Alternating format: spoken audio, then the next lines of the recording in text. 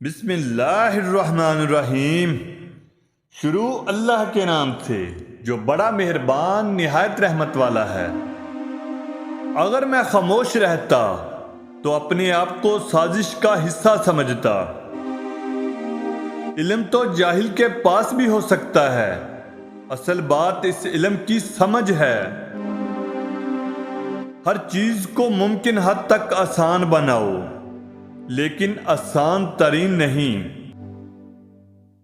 ہر درست چیز مشہور نہیں ہوتی، اور اسی طرح ضروری نہیں کہ ہر مشہور چیز درست ہی ہو۔ جو کوئی چھوٹی باتوں پر سچ کا خیال نہ رکھتا ہو، اس پر اہم معاملوں میں یقین بھی نہیں کیا جا سکتا۔ مشکل راستے کے عین درمیان میں سہولت ہوتی ہے۔ بہت سی چیزیں جن کو ہم اہم سمجھتے ہیں کوئی حیثیت نہیں رکھتی، اور بہت سی چیزوں کا اہم اندازہ نہیں کر سکتے جو واقعی اہمیت رکھتی ہیں۔ اہم چیز یہ ہے کہ سوال کرنا کبھی مت چھوڑو۔ شکست بری چیز نہیں ہے اگر آپ اس سے یہ سیکھ جائیں کہ کیا کام نہیں کرنا۔ ایک تصویر 1000 الفاظ سے بہتر ہوتی ہے۔ کمزور لوگ بدلہ لیتے ہیں، مضبوط لوگ معاف کر دیتے ہیں، اور ذہین لوگ نظر انداز کرتے ہیں۔ میں ان سب لوگوں کا شکر گزار ہوں جنہوں نے میری مدد نہیں کی۔ آج انہی کی بدولت میں نے سب کچھ خود کیا۔ ناکامی دراصل کامیابی کے راستے کا حصہ ہے۔